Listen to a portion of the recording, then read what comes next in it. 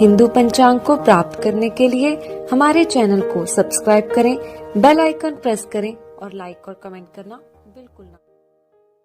आज का हिंदू पंचांग दिनांक 13 दिसंबर 2021, दिन सोमवार, विक्रम संवत 2078, शक संवत 1943, अयन दक्षिणायन, ऋतु हेमंत, मास मार्गशीर्ष मास, पक्ष शुक्ल, तिथि दशमी रात्रि 9:32 तक, तत्पश्चात एकादशी, नक्षत्र रेवती 14 दिसंबर रात्रि 2:05 तक, तत्पश्चात अश्वनी, योग वरियान 14 दिसंबर प्रातः 5:57 तक, तत्पश्चात परिग, राहु काल सुबह 8:29 से सुबह 9:50 तक, सूर्योदय 7:08, सूर्यास्त 17:57, दिशाशूल पूर्व दिशा में, व्रत पर्व विवरण विशेष हिंदू पंचांग।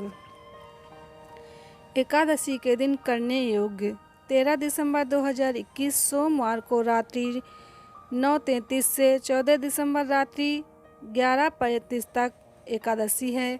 विशेष 14 दिसंबर मंगलवार को एकादशी का व्रत उपवास रखें। एकादशी को दिया जला के विष्णु सहस्रनाम पढ़ें। विष्णु सहस्रनाम नहीं हो तो 10 माला गुरु मंत्र का जप कर लें। अगर घर में झगड़े होते हों तो झगड़े शांत हो जाएं, ऐसा संकल्प करके विष्णु सहस्रनाम पढ़ें तो घर के झगड़े भी शांत होंगे। श्री सुरेशानंद जी, हिंदू पंचांग। श्रीमद् भगवद गीता जयंती 14 दिसंबर 2021 मंगलवार को श्रीमद् भगवद गीता जयंती है। धर्म ग्रंथों के अनुसार मार्गशीर्ष मास के शुक्ल पक्ष की एकादशी तिथि को भगवान श्री कृष्ण ने कुरुक्षेत्र के मैदान में अर्जुन को गीता का उपदेश दिया था। इसलिए प्रतिवर्ष इस तिथि को गीता जयंती का पर्व मनाया जाता है। गीता एकमात्र ऐसा ग्रंथ है जिसकी जयंती मनाई जाती है। गीता दुनिया के उन चंद ग्रंथों में शुमार है जो आज भी सबसे ज़्यादा पढ़े जा रहे हैं और जीवन के हर पहलू को गीता से जोड़कर व्याख्या दी जा रही है। इसके 18 अध्यायों के करीब 700 श्लोकों में हर उस समस्या का समाधान है जो कभी न कभी हर इंसान के सामने आती है। आज हम आपको इस लेख में गीता के 9 चुनिंदा प्रबंधन सूत्रों से रूबरू करा रहे हैं जो इस प्रकार हैं।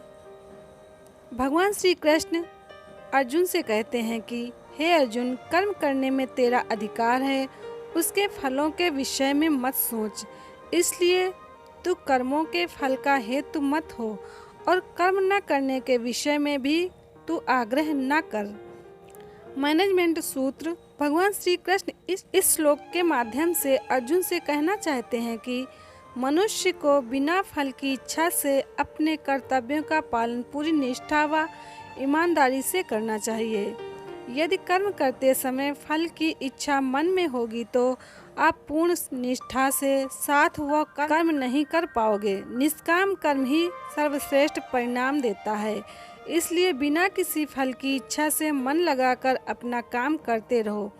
फल देना न देना व कितना देना ये सभी बातें परमात्मा पर छोड़ दो, क्योंकि परमात्मा ही सभी का पालन करता है।